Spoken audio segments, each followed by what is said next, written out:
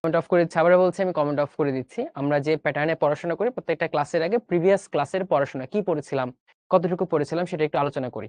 তোমরা আমার সাথে সাথে অ্যাক্টিভলি খাতা নাও, খাতার মধ্যে লিখতে থাকো আমরা গত ক্লাসে কি কি পড়েছিলাম। আমি শুরু করছি, আমি কমেন্টগুলো অফ করে দিচ্ছি, ঠিক আছে? ওকে। আমার নাম হচ্ছে তানজিম আহমেদ অন্তর, আগের নামই আছে, মুখ পাল্টেছে, নাম পাল্টায় নাই। এনিওয়েজ, তাহলে চলো আমরা শুরু করি যে আমরা কুইক রিক্যাপ সেশন আমরা কি কি পড়েছিলাম গত ক্লাসে সেটা একটু দেখি। কুইক রিক্যাপ, তোমরা আমার সাথে রিক্যাপটা করো, কারণ আমরা বলেছিলাম this quick recap session is absolutely useful to memorise the topics we have studied in the earlier lecture. ঠিক আছে? So quick recap.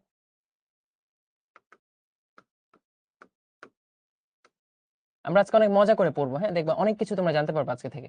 জাস্ট গল্প আকারে পড়ার চেষ্টা করব, তোমরা ভাইয়ের গল্পগুলো শুনবা, কথাগুলো শুনবা, একদম বই খুলে দেখবা, সবকিছু ক্রিস্টাল ক্লিয়ার। ঠিক আছে? সো চল আমরা কুইক রিক্যাপ করি, আমরা কি কি পড়েছিলাম সেটা একটু আলোকপাত করি। আমরা গত ক্লাসে আলোচনা করেছিলাম হেরিডিটি, ঠিক আছে, এবং জেনেটিক্স নিয়ে। হেরিডিটি মানে কি ছিল? বংশগতি। তো আমরা কথা বলেছিলাম বংশগতি নিয়ে। কি নিয়ে ভাইয়া? বংশগতি নিয়ে। তোমরা আমার সাথে একটু রিক্যাপ করে ফেলো, আমার সাথে সাথে বলে ফেলো। বংশগতি মানে কি ছিল? গতি তো বুঝছো, কোনো কিছু চলমান আছে। কি চলমান আছে? বংশের বৈশিষ্ট্য। হ্যাঁ, এই যে বংশের বাতি তুমি ছেলে, বা বংশের একটা প্রাইড মেয়ে, বংশের গর্ব। ঠিক আছে? এইভাবে তোমার যে বংশ, উচ্চ বংশ ছিল, বা তোমার যে আগের বংশ ছিল, আগের বংশ থেকে তোমার মধ্যে কিভাবে ক্যারেক্টারিস্টিক গুলো আছে, বা তোমার থেকে তোমার পরবর্তী প্রজন্মে কিভাবে ক্যারেক্টারিস্টিক বা বৈশিষ্ট্যগুলা চলাচল করবে বা ট্রান্সমিশন হবে one generation to another generation. এই যে একটা গতির ধারা বা এই যে একটা গতিশীল অবস্থা, বৈশিষ্ট্য স্থানান্তরে, এটাকে বলা হয়তো বংশগতি বা হেরিডিটি, তাই না? ঠিক একইভাবে এই বংশগতির যে বিদ্যা, বংশগতিকে নিয়ে যে আলোচনা ছিল, বংশগতি নিয়ে যে আলোচনা, যে কিভাবে বৈশিষ্ট্য স্থানান্তর হচ্ছে এক জেনারেশন থেকে আরেক জেনারেশনে, ঠিক আছে, এই বৈশিষ্ট্য স্থানান্তরের পেছনে কার হাত আছে, ঠিক আছে, তার গঠনটা কি, কিভাবে বৈশিষ্ট্য স্থানান্তরিত হবে, কতটুকু বৈশিষ্ট্য স্থানান্তরিত হবে, এই যে কাহিনীগুলা হচ্ছে যাবতীয় আলোচনা বংশগতি নিয়ে, তাদের কি বলা হয়তো ভাইয়া? তাকে বলা হয়তো বংশগতিবিদ্যা বা জেনেটিক্স, রাইট?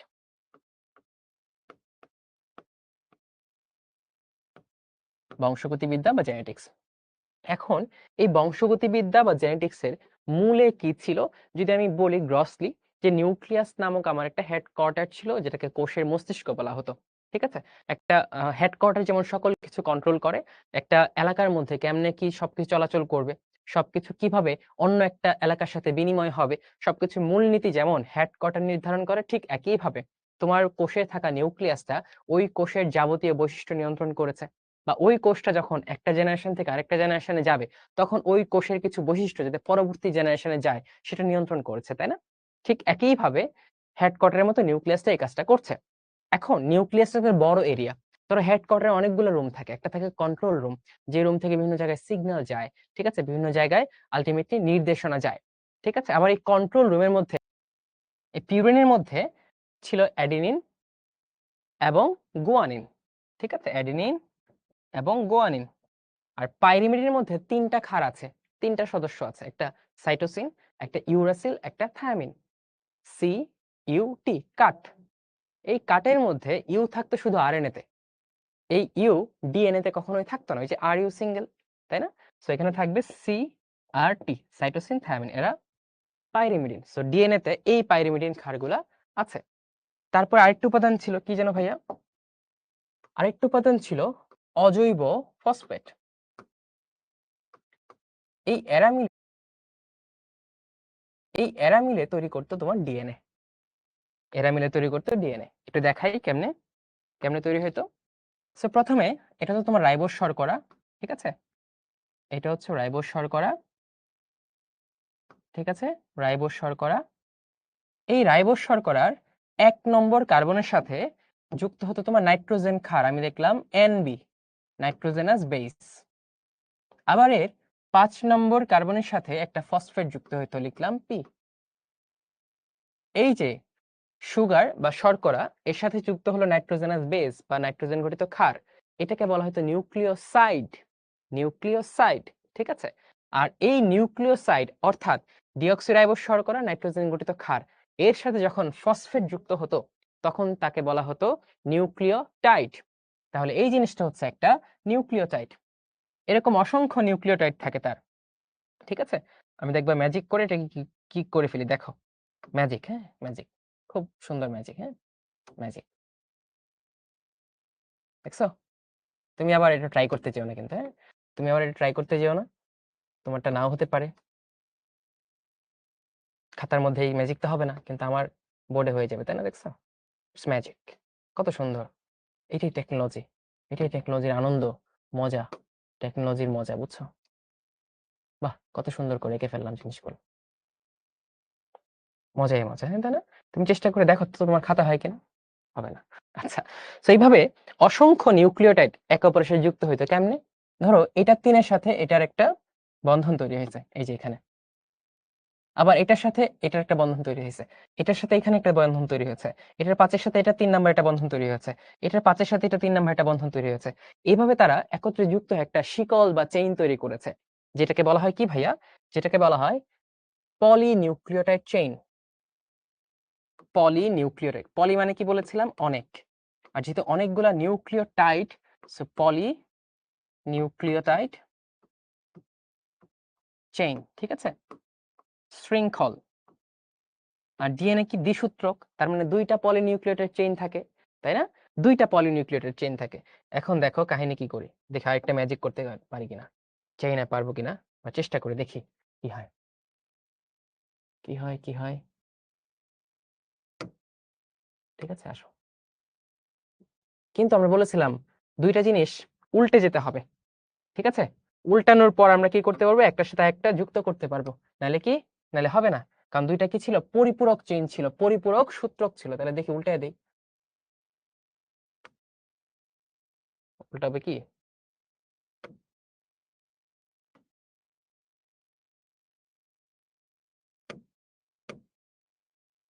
হ্যাঁ হ্যাঁ, এটা কি হলো? এই ম্যাজিক বিফলে গেল, ঠিক আছে? এই ম্যাজিক বিফলে গেল, সো কিছু করার নাই, এটা বাদ। তো জিনিসটা উল্টে যাবে, আমরা উল্টানোর কাজটা দেখি করতে পারি কিনা।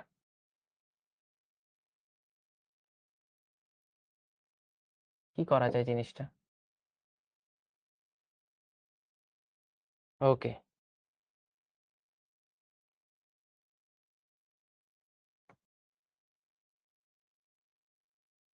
ওয়াও, পারা যাচ্ছে ফোনের মতো করে, দেখছো? চেষ্টা করলে সবকিছুই পারা যায়, যে আমি পেরে ফেলছি, দেখছো কত সুন্দর কাহিনী।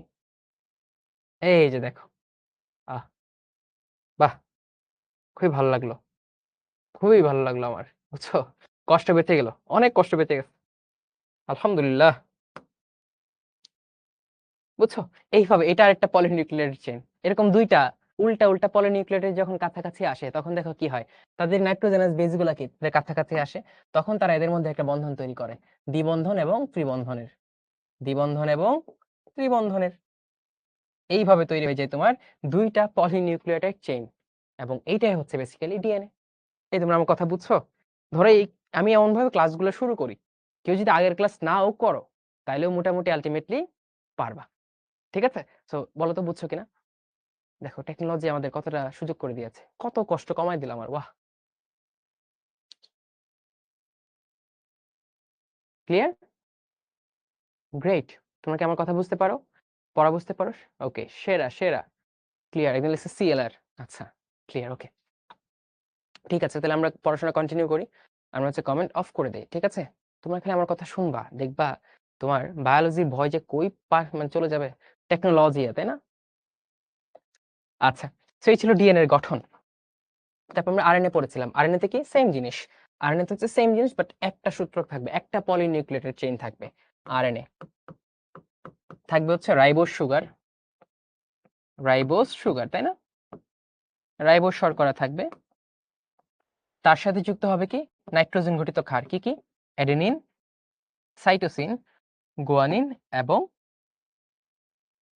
ইউরাসিল, তাই না? তার সাথে যুক্ত হবে ফসফেট, অজৈব ফসফেট। এরা তৈরি করবে কি একটা নিউক্লিওটাইড, এরকম একটা মনোনিউক্লিওটাইড চেইন হচ্ছে, মনোনিউক্লিওটাইড চেইন হচ্ছে আরএনএ, ঠিক আছে? এই ছিল ডিএনএ, আরএনএ। তোমাদের একটা কাজ দিয়েছিলাম মনে আছে? ডিএনএ এবং আরএনএ পার্থক্য। অনেকে করেছো, অনেকে করো নাই। তো যারা ফাঁকি দিচ্ছ তারা কিন্তু খুবই খারাপ কাজ করছো। তারা খুবই খারাপ কাজ করছো। তারা তোমার আম্মুকে গিয়ে বলবা যে, "আম্মু আজকে আমাকে খাবার দিও না, ভাত দিও না।" কেন? কারণ আমি একটা ফাঁকিবাজি করছি। ভাইয়া একটা কথা বলেছিল কিন্তু ভাইয়ার কথাটা শুনিনি। এভাবে নিজেকে শাস্তি দাও। ঠিক আছে? নিজেকে নিজেই শাস্তি দাও। শাস্তির দরকার আছে, বুঝছো? শাস্তির দরকার আছে। তুমি যখন এক বেলা খেতে পারবা না, ২ বেলা খেতে পারবা না, তখন তুমি বুঝবা দুনিয়াটা কত কঠিন। বুঝছো?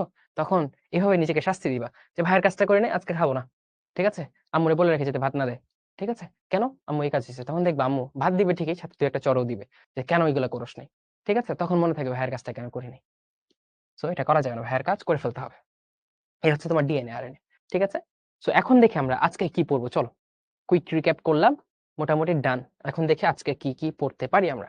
আজকে আমরা পড়বো, এই লোকটাকে তোমরা হয়তো চেনো। তানজিম আহমেদ অন্তর। ভালো লোক। ঠিক আছে? আ আর আমিও কিন্তু তানজিম আহমেদ অন্তর, হ্যাঁ? এটা কিন্তু টেকনোলজি করে কেউ চেঞ্জ করে দেয় নাই। ২ জন সেম পারসন। আচ্ছা। সো এখানে দেখি আমরা কি, কি পড়বো। জিন। সো খেয়াল করে দেখো যারা গত ক্লাসটা করেছিলা, জিন সম্পর্কে আমরা আলোচনা করেছি না? এটা জিন ভূত না। মানে বৈশিষ্ট্য নিয়ন্ত্রণকারী জিনিস। এটা নিয়ে আলোচনা করেছিলাম আমরা? এই পোরশন নিয়ে কিন্তু আমরা আলোচনা করেছি, কথাবার্তা বলেছি। জিন কাকে বলে, হ্যাঁ? জিন কি, জিন কই থাকে এটসেট্রা, এটসেট্রা এগুলো আমরা আলোচনা করেছি, রাইট? একদম স্যার আজকে আমার বার্থডে, দেখি কার বার্থডে?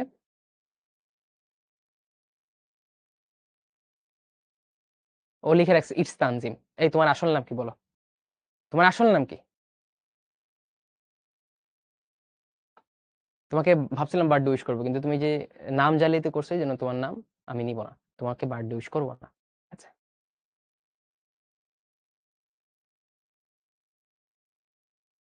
একজন লিখছে স্যার, একজন লিখছে এটা। Sir,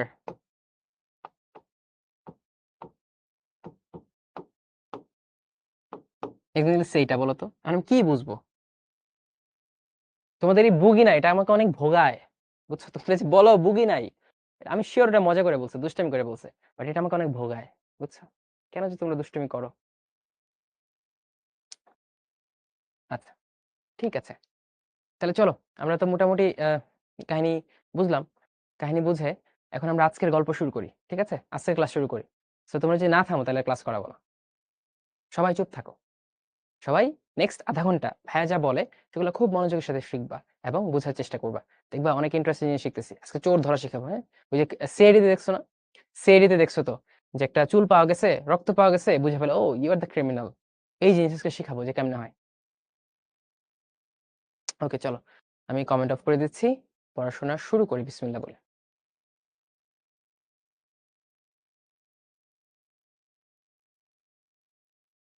Abdus Samad, 3D model আমরা গত ক্লাসে দেখিয়েছিলাম। ডিএনএ আরএনএ তুমি তখন ছিলে না হয়তো। গত ক্লাসটা করে দেখো, আমরা বুঝে ফেলছিলাম। আচ্ছা চলো আমরা কিছু গল্প পড়ি। আমরা গল্প পড়তে পড়তে চলে যাই সেই 19 শতকে। ঠিক আছে? একদম একজন ভদ্রলোক যখন জীবিত ছিলেন, একটা খ্রিস্টান মিশনারি চার্চের মধ্যে যখন তিনি ধর্মযাজকের জন্য নিয়োজিত ছিলেন, ধর্মযাজক হিসেবে কাজ করছিলেন, তখন তার মাথায় হঠাৎ করে একটা উদ্ভট চিন্তা ভাবনা আসলো। কি উদ্ভট চিন্তা ভাবনা? সে দেখলো তার আশেপাশে অনেক, অনেক মটরশুঁটি গাছ, অনেক, অনেক মটরশুঁটি গাছ। সেই মটরশুঁটি গাছের দিকে তাকায় আর ভাবে, আচ্ছা এই মটরশুঁটি গাছটা লম্বা, এই মটরশুঁটি গাছের ফুলটা লাল, কিন্তু ওই মটরশুঁটি গাছটা খাটো কেন হলো? ওই মটরশুঁটি গাছের ফুলটা কেন সবুজ হলো? এগুলো তাকে ভাবায়। কারণ ওই ধর্মযাজক অবস্থায় খুব একটা কাজ-টাজ ছিল না তার। কিন্তু ইম্পোর্টেন্ট নোটিসটা সে করছে যে অ্যাকচুয়ালি এই কাজ কেন হচ্ছে? সেইম মটরশুঁটি গাছ, একটা লম্বা, একটা এই।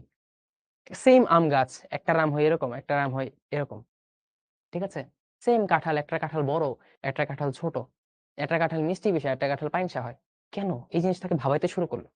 তাহলে নিশ্চয়ই কিছু একটা আছে যারা এই বৈশিষ্ট্যগুলাকে নিয়ন্ত্রণ করছে। তখন সে কিছু জানে না। সে বলছে যে, "ঠিক আছে চলো এই বৈশিষ্ট্যকে বলি আমরা ফ্যাক্টর।" কি বলি? ফ্যাক্টর। তখন সে একটা শব্দের প্রচলন ঘটাইলো। সেই শব্দটা ছিল ফ্যাক্টর। কি ভাইয়া? ফ্যাক্টর। ফ্যাক্টর মানে কি বলতো? নিয়ামক। নিয়ামক বা উপাদান। সে ভাবলো, ঠিক আছে এই যে একটা কিছু হইতেছে, একটা লম্বা, একটা খাটো, একটা সবুজ, একটা হলুদ। অবশ্যই এদের মধ্যে উপাদানগত কিছু বৈচিত্র্য আছে। কিছু একটা উপাদান আছে যে উপাদানগুলা এই বৈচিত্র্য তৈরি করছে। তখন সে কিছু একটা না ভেবেই নাম দিয়ে দিল ফ্যাক্টর। আগের দিনে এরকম অনেক সোজা ছিল, হ্যাঁ? কিছু একটা অবলোকন করে সেটাকে একটা যেকোনো একটা ফর্মুলায় ফেলে দেওয়া যেত। কারণ জ্ঞানের আ পরিধি ছিল অনেক সীমিত। এখন তুমি ভেবেই হুট করে একটা জিনিস বলে দিবা, এটা কখনোই পসিবল না। এখন অনেক কিছু আবিষ্কৃত হয়েছে। তোমার অনেক ২ এ ২ এ ৪ মিলিয়ে তারপর একটা কথা বলতে হবে। কিন্তু তুমি বলতে পারো, "ভাইয়া তাহলে তারা ওইরকম ভাবে বলে দিত হুটহাট। ওইখান থেকে কি এগুলা চলে আসছে?" হ্যাঁ, ওইখান থেকেই চলে আসছে। কারণ তারা হুটহাট বললেও এই হুটহাট কথাগুলাকে বাস্তবে রূপান্তর করার জন্য অনেক, অনেক কষ্ট করেছে। অনেক, অনেক থিওরি এপ্লাই করেছে। এবং সেগুলা বেশিরভাগই ভুল প্রমাণ করে নতুনত্বের দিকে মানুষকে ঠেলে দিয়েছে এবং নতুন কিছু আবিষ্কার করার এবং এই বেসটা থেকে নতুন কিছু নিয়ে আসার একটা ফান্ডামেন্টাল বা কি বলা যায় মৌলিক ভিত্তি তারা দিয়ে দিয়েছে। বুঝছো? তারা কিন্তু অযথা কোনো কাজ করে নাই। এবং তাদের এই ভুল একটা ধারণা থেকে আস্তে, আস্তে গবেষণা করতে, করতে আজকের দিনের এই পরিশোধিত ধারণা আসছে। ঠিক আছে? তো শুরু করতে হবে। তারা যেমন শুরু করেছিল, কোনটা ভুল, কোনটা সঠিক ভাবে নাই। শুরু করেছিল। কোনটা ভুল বললে তার লজ্জা হবে। কেউ একজন তার ভুল ধরলে তার লজ্জা শরম পাবে। ঠিক আছে? তার মান-সম্মানের ঘাটতি হবে। এরকম যেমন ভাবে নাই, তুমি তো এরকম ভাববা না। তুমি শুধু পড়াশোনা করবা, পড়াশোনা করবা, পড়াশোনা করবা। ঠিক আছে? নতুন কিছু নিয়ে ভাববা, নতুন কিছু নিয়ে এক্সপেরিমেন্ট করবা। সফলতা তোমার আর মধ্যে আসবে ইনশাআল্লাহ। ঠিক আছে? চেষ্টা করাটাই সফলতা। এই যে পরীক্ষা খারাপ হবে, ভালো হবে এটা পরের হিসাব। পড়াশোনা করি, পড়াশোনা করে দেখি কতটা আগাইতে পারি। এটা হচ্ছে মেইন জিত। মেইন উইন হচ্ছে এইটা। বুঝছো? আচ্ছা। সে নাম দিল ফ্যাক্টর। এবং এই যে ভদ্রলোকের কথা বললাম একজন ধর্মযাজক, তার নাম হচ্ছে গ্রেগর জোহান মেন্ডেল। তিনি অস্ট্রিয়ার একজন ধর্মযাজক ছিলেন। এই মেন্ডেল সাহেব নাম দিলেন তার ফ্যাক্টর। যে ঠিক আছে কিছু একটা আছে যেই কাজের জন্য, যেই উপাদানটার জন্য, যে নিয়ামকের জন্য এরকম বৈচিত্র্যময় বৈশিষ্ট্য দেখা যাচ্ছে। পরবর্তীতে বিভিন্ন গবেষণা করে বিভিন্ন জন বিভিন্ন থিওরি দিয়ে বলল ঠিক আছে এটাকে ফ্যাক্টর বলবো না আমরা, এটাকে বলবো জিন। এটাকে বলবো জিন। ঠিক আছে? এবং তারা জিনের একটা সংজ্ঞা দিল। জিনের একটা সংজ্ঞা দিল। তারা বলল এই যে ডিএনএ আছে বা যাদের ডিএনএ নাই তাদের কি আছে? আরএনএ আছে। এই যে ডিএনএ, এই যে ডিএনএ। ডিএনএ এর মধ্যে তারা দেখলো অসংখ্য সিকোয়েন্স আছে। কি সিকোয়েন্স? ধরো এখানে এ আছে ক্ষার, এখানে কি থাকবে? টি থাকবে।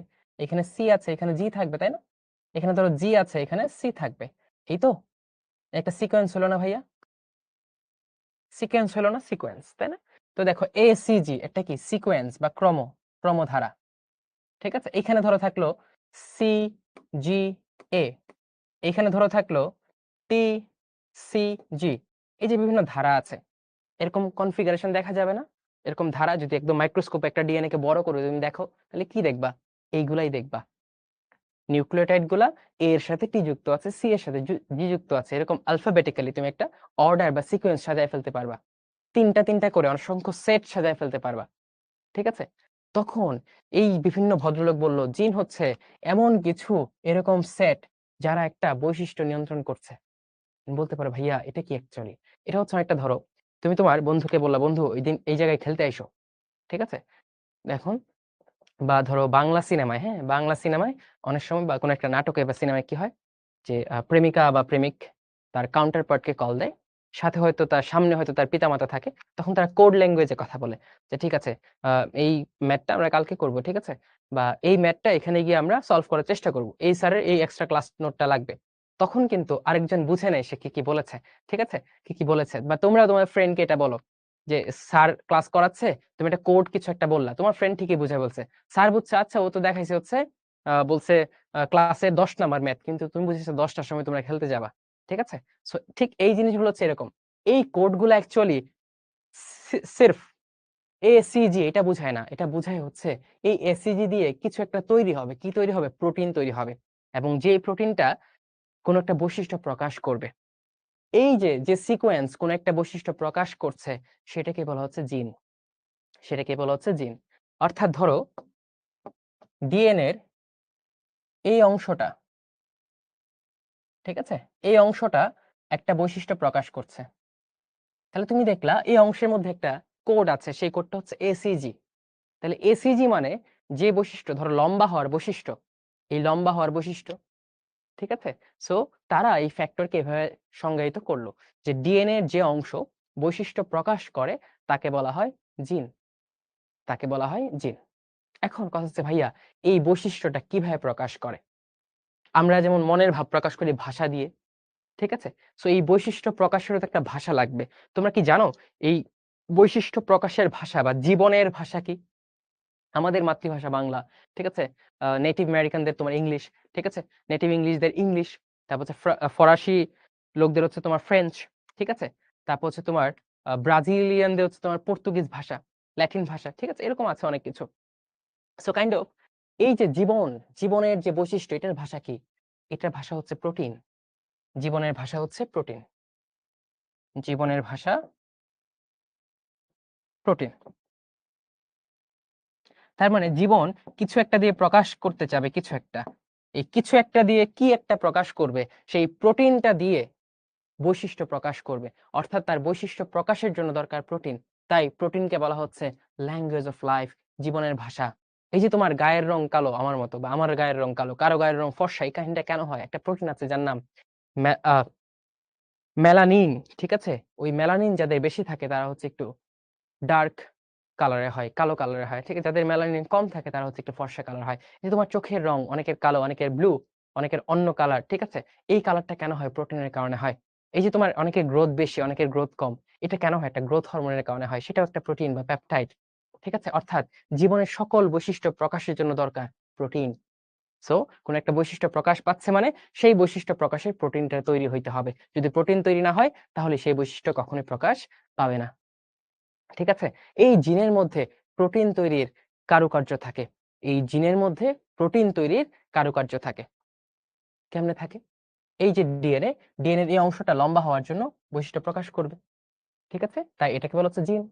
এই জিনের মধ্যে কি থাকে? এরকম অসংখ্য কোড থাকে। ACG, CGA. এই কোডগুলা ডিটারমাইন করে অ্যামাইনো অ্যাসিড। কি ডিটারমাইন করে? Amino acid. তোমরা কেমিস্ট্রিতে পড়েছো অ্যামিনো অ্যাসিড। প্রোটিন তৈরি হয় অ্যামিনো অ্যাসিড দিয়ে। এটা পড়েছো কিনা দেখি তো? আমাকে বলো মাই ডিয়ার স্টুডেন্টস। প্রোটিন তৈরি হয় অ্যামিনো অ্যাসিড দিয়ে। তোমরা মৌলিক পদার্থ, যৌগিক পদার্থ পড়ছো না?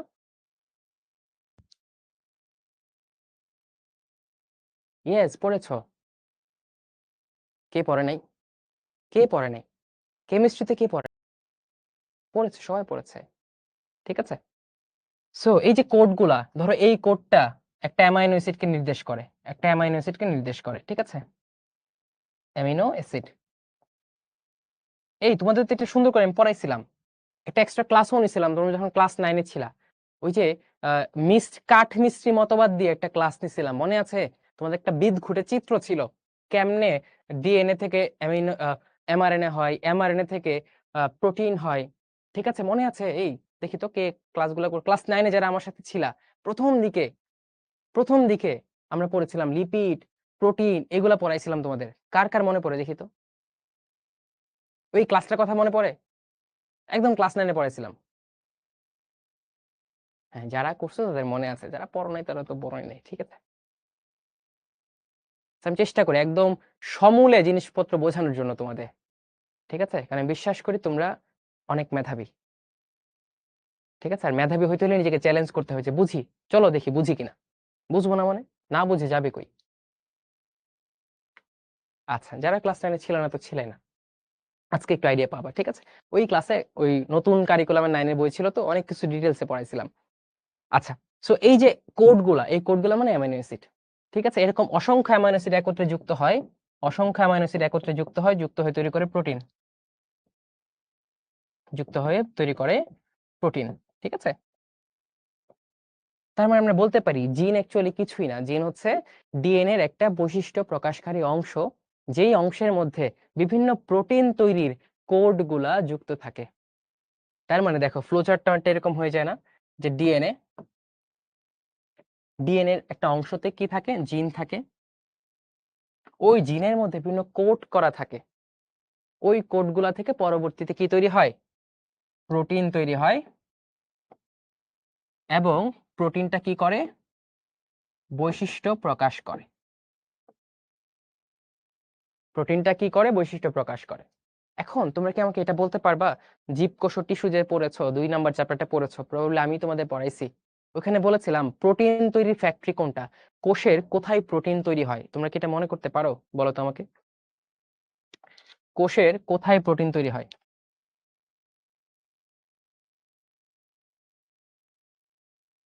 পলিপ্যাপটাইড মানে হচ্ছে পলি মানে বহু। আর পেপটাইড বললাম তো, ওই যে পেপটাইড হচ্ছে তোমার একটা অ্যামাইনো অ্যাসিড আরেকটা অ্যামাইনো অ্যাসিডের সাথে যে বন্ধনে আবদ্ধ হয় সেটা হচ্ছে পেপটাইড। সেরকম অসংখ্য পেপটাইড বন্ধনী মানে অসংখ্য অ্যামাইনো অ্যাসিড যখন একসাথে থাকে তখন সেটাকে বলা হয় পলিপেপটাইড।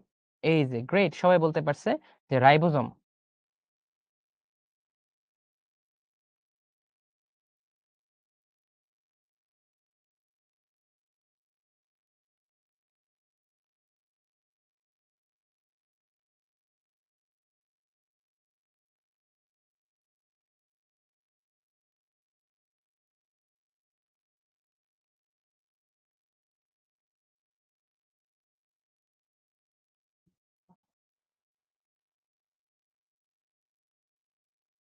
Ribosome, great.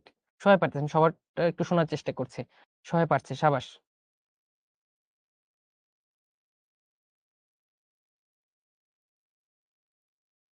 ওকে, এখন আমাকে বলো, এই ডিএনএ কই থাকে? নিউক্লিয়াসে, তাই না? ডিএনএ থাকে নিউক্লিয়াস। এটা যদি কোষ হয়, কোষের নিউক্লিয়াস এইটা, এখানে থাকে তোমার ক্রোমোজোম, তো ডিএনএটা এখানে আছে। আর রাইবোজোম কই আছে? রাইবোজোম আছে এখানে, মানে সাইটোপ্লাজমে। তাহলে এটা হচ্ছে তোমার ফ্যাক্টরি আর এটা হচ্ছে হেডকোয়ার্টার। তাহলে এই হেডকোয়ার্টারের নির্দেশনা অনুযায়ী ফ্যাক্টরিতে কি হবে? প্রোটিন তৈরি হবে। তাহলে এই হেডকোয়ার্টার থেকে এই ফ্যাক্টরিতে কাউকে খবরটা পাঠাইতে হবে না যে বস বলছে তোমাকে এটা বানাইতে হবে, এই প্রোটিনটা বানাইতে হবে, কারণ এই প্রোটিনটা আমার দরকার, তাই না? আমি যদি এখন থেকে শুরু করি তাহলে এ প্লাস পাবো কিনা? না পাওয়ার তো কোনো কারণ দেখছি না, ইনশাল্লাহ এখনো যে সময় আছে, এটাকে তুমি যদি সততার সাথে আত্মবিশ্বাসের সাথে আল্লাহর প্রতি বিশ্বাস রেখে কাজে লাগাও, অবশ্যই ভালো করা সম্ভব। কেউ কিন্তু পাঠাইতে হবে তো নাকি? পাঠাইতে হবে কিনা? খবর পাঠাইতে হবে না ভাই? মেসেঞ্জার লাগবে না? যে মেসেঞ্জার বলবে যে ভাই, হেডকোয়ার্টার সাহেব বলছে যে এখানে আপনার তৈরি করা লাগবে এক্স নামক একটা প্রোটিন, যেটা আপনাকে লম্বা বানাবে, যেটা আপনাকে ফর্সা বানাবে। লাগবে তো? লাগবে, গ্রেট। সো এই কাজটা করে একটা মেসেঞ্জার, যে বার্তাবাহক একটা কাজ করে। বার্তাবাহক কি কাজটা করে? যে ডিএনএ থেকে তার কোডটাকে তার কোডটাকে বা তার নির্দেশনাটাকে নিয়ে আসে কোথায়? রাইবোজোমে, যেখানে প্রোটিন তৈরি হবে। ঠিক আছে? এই যে মেসেঞ্জার, এই মেসেঞ্জার হচ্ছে একটা আরএনএ। এই মেসেঞ্জার বা সংবাদ বাহকটা হচ্ছে আরএনএ। তাহলে এই ডিএনএ থেকে কি হয়? একটা মেসেঞ্জার আরএনএ হয়। এই এম ফর মেসেঞ্জার। ঠিক আছে? মেসেঞ্জার, বুঝছো? এই মেসেঞ্জার কি করে? বার্তা বহন করে। বার্তা বহন করে ডিএনএ এর কোডটাকে নিয়ে যায় কোথায়? রাইবোজোমে নিয়ে যায়। ঠিক আছে? এই ডিএনএ থেকে এমআরএনএ, এটাকে বলা হয় ট্রান্সক্রিপশন প্রসেস। কি প্রসেস? ট্রান্সক্রিপশন। ইউটিউবে বিভিন্ন ভিডিওতে দেখবা ট্রান্সক্রিপ্ট বলা। ট্রান্সক্রিপ্ট মানে বোঝো? মানে কোনো একটা জিনিসকে ইন্টারপ্রিট করে বুঝিয়ে লেখা। লাইক ধরো, আমি একটা ভিডিও বানাইলাম, ওই ভিডিওটা তুমি পুরোটা দেখলা, পুরোটা দেখে আমার ভিডিওর মূল কথাটা কি সেটা তোমার বন্ধুকে লিখে দিলা। তাহলে তুমি যেটা করলে এটা হচ্ছে ট্রান্সক্রিপ্ট তাকে দিলা। বা তুমি তো পরীক্ষা দিয়েছো, পরীক্ষায় কোন সাবজেক্টে কেমন মার্কস পেয়েছো, এটা একটা তোমাকে ট্রান্সক্রিপ্ট দেয়। সো ট্রান্সক্রিপ্ট মানে কি? একটা জিনিসের বার্তা ক্লিয়ারলি পৌঁছে দেওয়া। সো এই যে ডিএনএ থেকে এমআরএনএ তৈরি হলো, এটাকে বলা হয় ট্রান্সক্রিপশন। কি বলা হয়? ট্রান্সক্রিপশন। এই এমআরএনএ থেকে পরবর্তীতে তৈরি হয় প্রোটিন, যেটা হচ্ছে ট্রান্সলেশন। ট্রান্সলেশন মানে কি? একটা বাংলা দেওয়া আছে, তুমি সেটাকে ইংলিশে রূপান্তর করো। ইংলিশ দেওয়া আছে, বাংলায় রূপান্তর করো। তার মানে ধরো এই যে এমআরএনএ একটা জিনিস, প্রোটিন আরেকটা জিনিস, দুইটা ভিন্ন জিনিস। একটাকে আরেকটায় রূপান্তর করলে, এটার যে কোড ছিল, এটা যে সিগন্যাল ছিল, সিগন্যালটাকে প্রোটিনে রূপান্তর করলে, এটা কি? তুমি ট্রান্সলেট করলে, এটা হচ্ছে ট্রান্সলেশন। প্রোটিন যখনই হয়ে গেল, সেই প্রোটিনটা যে বৈশিষ্ট্যের জন্য দায়ী ছিল, সেই বৈশিষ্ট্য তোমার মধ্যে প্রকাশিত হইল, জীবের মধ্যে সেই বৈশিষ্ট্য প্রকাশিত হইল। এই যে একটা প্রক্রিয়া, এইভাবে ডিএনএ থেকে বা জিন থেকে আলটিমেটলি বৈশিষ্ট্য প্রকাশিত হয়। বৈশিষ্ট্য প্রকাশিত হয়। ঠিক আছে? তোমরা এটা কতটুকু বুঝতে পেরেছো? কে কত পার্সেন্ট বুঝছো বলো তো? খুব সিম্পল ভাবে বোঝানোর চেষ্টা করেছি। খুব ইজি। শব্দটা একটু আইডেন্টিফাই করলেই মোটামুটি ক্লিয়ার হয়ে যায়।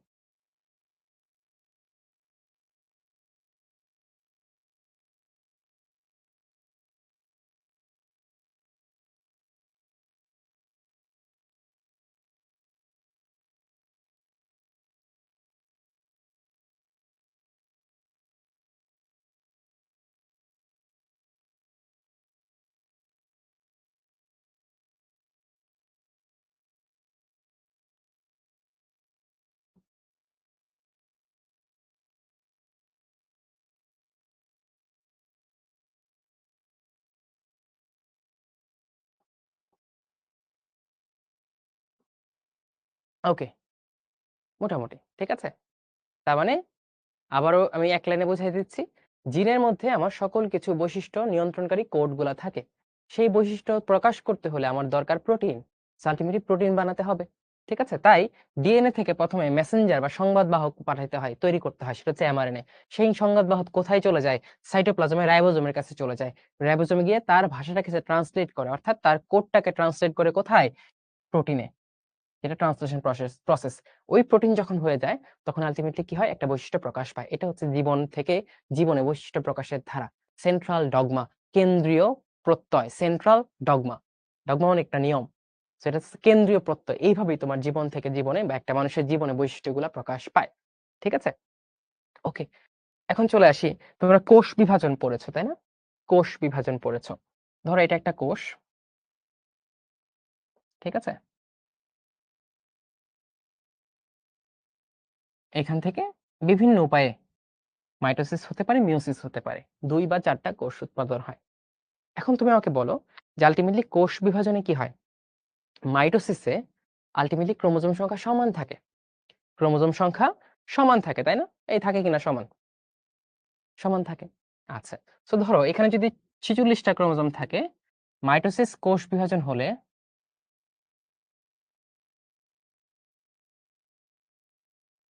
এইখানেও ৪৬ টা ক্রোমোজোম থাকবে, এইখানেও ৪৬ টা ক্রোমোজোম থাকবে। থাকবে না ভাই? থাকবে। এখন কথা হচ্ছে ভাইয়া তাহলে এইখানে ছিল ৪৬ টা ক্রোমোজোম। এইখান থেকে ২ টা কোষ হইল ৪৬ মানে ৯২। তাহলে ভাই বাকি ৪৬ টা ক্রোমোজোম কোত্থেকে আসলো? এই প্রশ্ন কি জাগছে কোনদিন? এই প্রশ্ন কি জাগছে? জাগছে কিনা বলো? এভাবে কি ভেবে দেখছো কোনদিন? ভাই এটা কোত্থেকে আসলো?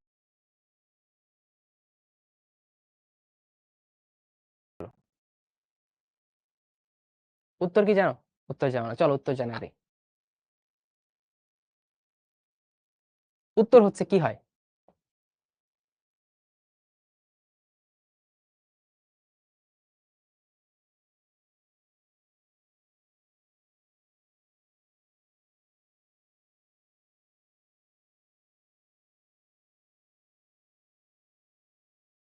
সো এটাও ধরো ২ টা দেহকোষ হলো। এই দেহকোষের ৪৬ টা ক্রোমোজোম আছে, এই দেহকোষের ৪৬ টা ক্রোমোজোম আছে। তাহলে একটা থেকে ৪৬, ৯২ কেমনে হইল? উত্তর হলো কোষ বিভাজনের আগে ওর যে ৪৬ টা ক্রোমোজোম ছিল, ওই ৪৬ টা ক্রোমোজোম কি দিয়ে তৈরি? ডিএনএ দিয়ে তৈরি, তাই না? ওই ডিএনএ গুলা কপি হয়ে যায়। ২ কপি হয়ে যায়। আরেকটা আমার কাছে একটা ধরো আ সিক্রেট সাজেশন আছে। যে সিক্রেট সাজেশনটা তোমাদের ৫ জনকে আমি দিতে চাই বা ২ জনকে দিতে চাই। এখন কি? সবাই চাচ্ছ আমি কি করব? এটা ছিঁড়ে ফেলবো? ধরো সিক্রেট সাজেশনটা ছিঁড়ে ফেললাম। মাঝখানে ছিঁড়ে তোমার একটা দিলাম, ওর একটা দিলাম। তুমি ৫ টা প্রশ্ন পাইলা, তুমি ৫ টা প্রশ্ন পাইলা। কেউ তো ফুল প্রশ্নটা পাইলা না। তাহলে লাভ আছে? কোনো লাভ নাই। বাট আমি যদি কি করি? এই যে এই মেইন প্রশ্নটাকে একটা কপি করে ফেলি। ফটোকপি করে আরেকটা বানায় ফেলি। তখন তোমাকে একটা দিলাম, ওকে একটা দিলাম। সবাই কি? কমপ্লিট সম্পূর্ণ সেট তুমি পাইলা। সম্পূর্ণ সেট পাইলা। কারণ সম্পূর্ণ সেট না পাইলে সব বিপদ। কোন কিছুই পরিপূর্ণ হবে না। এটা ধরো একটা পায়জামা, ওটা প্যান্ট। প্যান্টটা যদি আমি একটা অর্ধেকটা কাইটা ফেলি, কাইটা তোমার অর্ধেক দিয়ে আরেকজনের অর্ধেক দিই। কোন লাভ আছে? লাভ নাই। ঠিক একইভাবে ডিএনএ যদি কপি না করে ভাগাভাগি হয়ে যায় অর্ধেক, অর্ধেক, তাহলে দেখা যাবে একজনের বা একটা কোষের হাত আছে আরেকটা কোষের হাত নাই। কারণ হাত থাকার অংশটা চলে গেছে একটা কোষে। আর যেহেতু কপি করে নাই, আরেকটা কোষ কখনো হাত থাকার অংশ পাবে না, সেভাবে পা থাকার অংশ, তার পা থাকবে।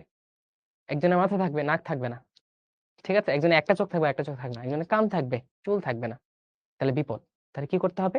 প্রত্যেকটা বৈশিষ্ট্য অর্থাৎ প্রত্যেকটা ডিএনএ কে সেগমেন্ট কপি করতে হবে। কপি করে ২ টা কোষে পাঠাইতে হবে যাতে প্রত্যেকটা কোষ একটা ফুল সেট ডিএনএ পায়। তাহলে আমরা বলতে পারি এই যে কোষটা বিভাজিত হচ্ছে, এই কোষ বিভাজনের আগে অবশ্যই তার মধ্যে থাকা সকল ডিএনএ কে অনুলিপন বা কপি করতে হবে যাতে এই কোষ থেকে তৈরিকৃত একাধিক বা ২ টা কোষ সবাই সম্পূর্ণ সেট, একটা কমপ্লিট সেট ডিএনএ পায় যাতে সব কোষেই সকল বৈশিষ্ট্য প্রকাশ পায়। তোমরা কি এটা বুঝছো? না বোঝার কোনো কারণ নেই। কপি কিভাবে হয় এটাই তো আমরা দেখাবো। কিন্তু কপি যে হয় এই যে কাহিনীটা ছিল এই প্রশ্নের উত্তর পাইছো কিনা?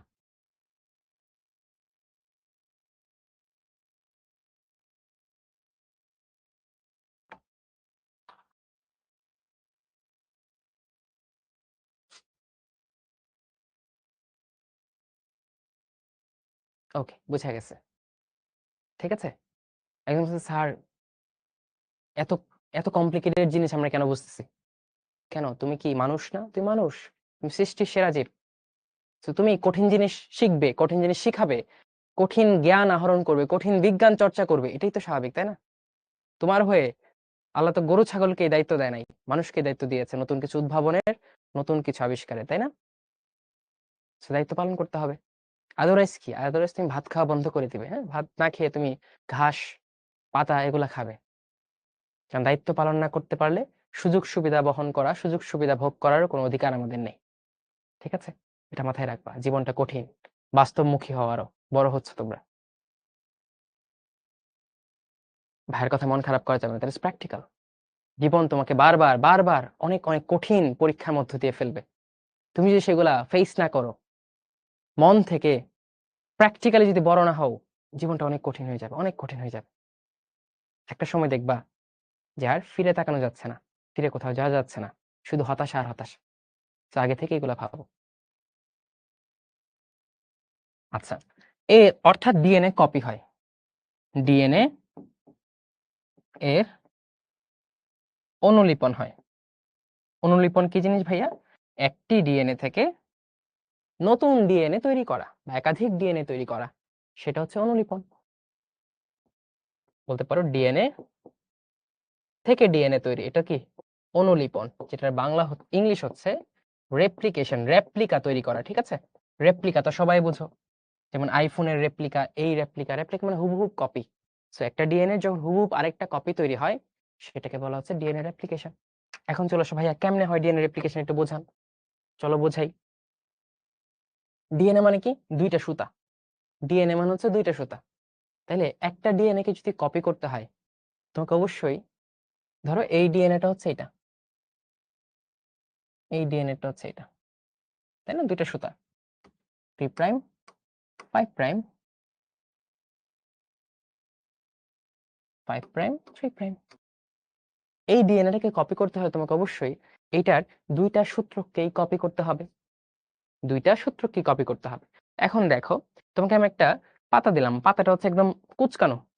ধরো পাতাটা আমি বইলা ফেলছি একদম, থাকে না যে পাতা দিয়ে কারো ঢিল ছোড়ার সময় পাতাটা নাও একদম মুচড়ায় ফেলো, তারপর যে ঢিল ছোড়ো, এরকম ঢিল ছোড়ে ফেলছে।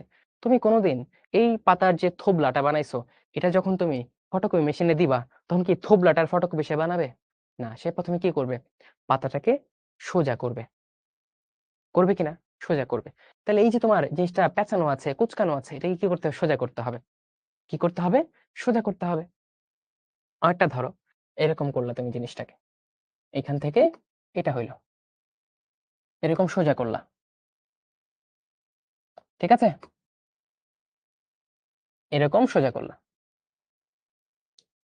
ক্লিয়ার? সোজা করলা। তাহলে এটা ধরো 3 প্রাইম, এটা 5 প্রাইম, এটা 5 প্রাইম, এটা 3 প্রাইম, সোজা করলা। এদের মধ্যে কি থাকে না? বন্ধন থাকে না ভাইয়া? এই যে এ আর থাকে, এখানে ধরেন টি, এখানে ধরেন সি থাকে, এখানে থাকে জি। এরকম বন্ধন থাকে কিনা ভাই? বোঝার চেষ্টা করো। কোনো কিছুই কঠিন না। তুমি যদি তাকে মন থেকে বোঝার চেষ্টা করো, হ্যাঁ? মন থেকে বুঝতে চাইলে বোঝা যায়। আর মন থেকে বুঝতে না চাইলে কখনোই বোঝা যাবে না।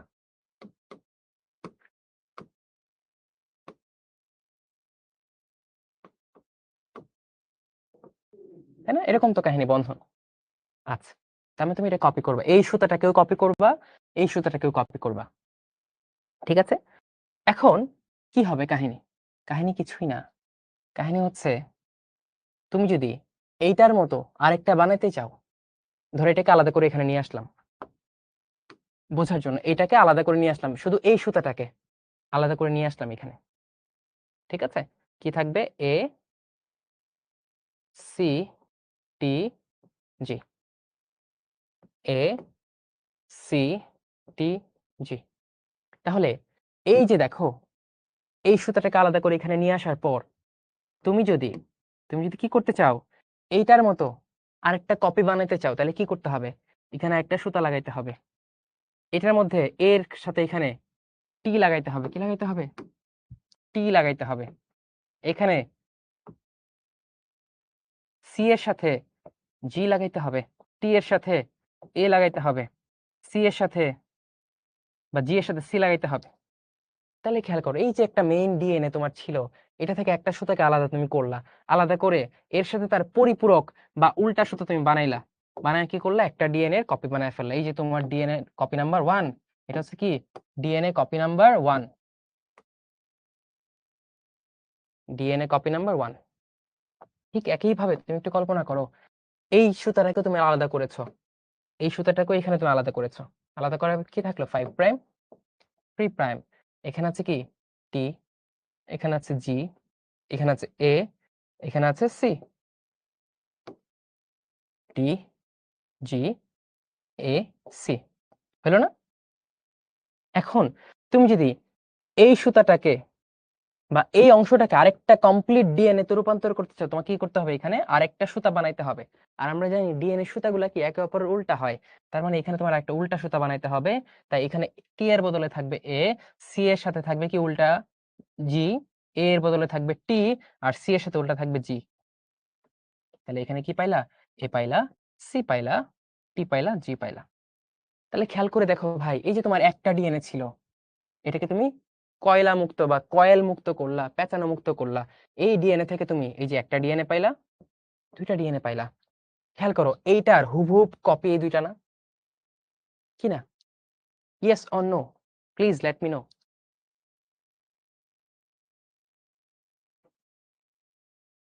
ডিএনএ অনুলিপনের জন্য দায়ী এনজাইম, বুঝছো? ডিএনএ রেপ্লিকেশনের জন্য দায়ী হচ্ছে এনজাইম, ডিএনএ পলিমারেজ নামক এনজাইম। সোজা লাগছে? এই কঠিন জিনিস যারা এইচএসসি তে অনেকে বোঝে না, কিন্তু তুমি দেখো আজকে এই এসএসসি তে বুঝে ফেললা। কিন্তু তুমি যদি বলো এটা কঠিন কঠিন, তুমি বলে এটাকে কঠিন বানায় ফেলবা, যেটা অ্যাকচুয়ালি এত কঠিন না।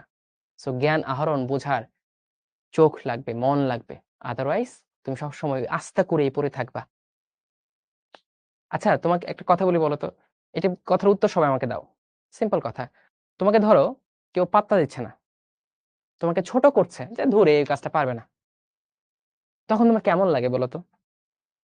কেমন লাগে তোমাকে কেউ যদি ছোট করে, যে ধুর ও তো এই কাজটা পারবে না, ওরে দিয়ে এটা হবে না, অ্যাকচুয়ালি তোমার ডিরেক্ট বললো, তোমার কেমন লাগবে?